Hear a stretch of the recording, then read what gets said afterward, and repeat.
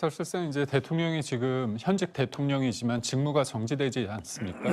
그렇다면 불구속이 된다고 하더라도 이제 관저에 머물게 되는 상황이고 무엇보다도 증거를 인멸하기 위해서는 다른 사람들과 소위 말해서 입을 맞춰야 됩니다. 네. 근데 우리가 다 알다시피 현장에 있던 김용현 전 장관을 포함해서 현장에 있던 지휘관들이 다 구속이 됐습니다. 그렇기 때문에 무엇을 증거를 인멸할 그럴 가능성이 과연 있을까? 그리고 무엇보다도 민주당과 공수처에서도 그런 얘기를 해요. 증거가 차고 넘친다 그런 얘기를 하지 않습니까? 네. 한 예로 그 이재명 대표가 국회에서 체포 동의안이 통과가 됐습니다. 재작년이죠.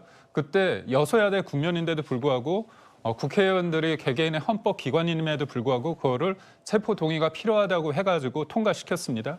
근데 법원이 그때 당시에 영장을 기각할 때 내세운 논리가 뭐냐면 야당의 공당의 대표로서 그다음에 공적 감시의 대상이기 때문에 네. 증거인멸의 우려가 낮다고 얘기를 했습니다. 그리고 그때 또 뭐라고 얘기했냐면 현재까지 확보된 물적, 인적 자료에 비춰볼 때 증거인멸 우려가 낮다고 얘기했어요. 결국은 그 대상과 그다음에 실질적으로 확보된 증거에 비춰봤을 때 여러 상황들을 종합적으로 봤을 때 증거인멸 우려가 낮다고 얘기해서 기각을 시켰단 말이죠. 불구속 수사를 받게끔 했습니다. 그렇다면 대통령은 야당의 대표보다 공적주의가 더 높은 거 아닙니까? 그리고 지금 공수처 수사가 활발하게 되면서 다 구속 기소가 됐어요. 그렇다면 증거인멸의 우려가 낮다는 그 측면에 봤을 때 이제까지의 이재명 대표의 사례를 봤을 때 과연 그게 맞는가? 또 하나 제가 말씀드리고 싶은 거는 조국 대표가 지금 한 5년 넘게 수사를 받고 재판 과정 속에서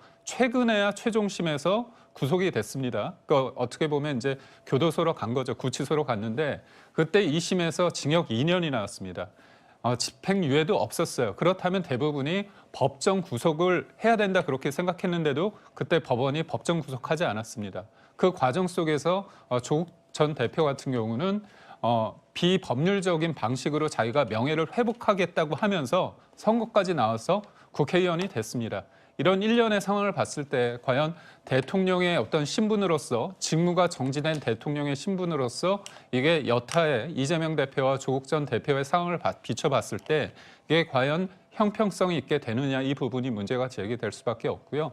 무엇보다도 예를 들어서 범죄의 어떤 상대적으로 범죄 소명이 이루어졌다거나 아니면 도주의 우려가 있다거나 이런 부분에 대한 언급은 전혀 없습니다. 그냥 예. 딱 한 줄 증거인멸의 가능성이 높다. 이걸 가지고 했을 때 뭔가 지지자들 입장이나 국민들 입장에서는 이게 뭔가 좀 형평성의 문제가 있지 않는가 예. 그런 생각을 할 수 있는 대목이지 않을까 그런 생각을 해봅니다.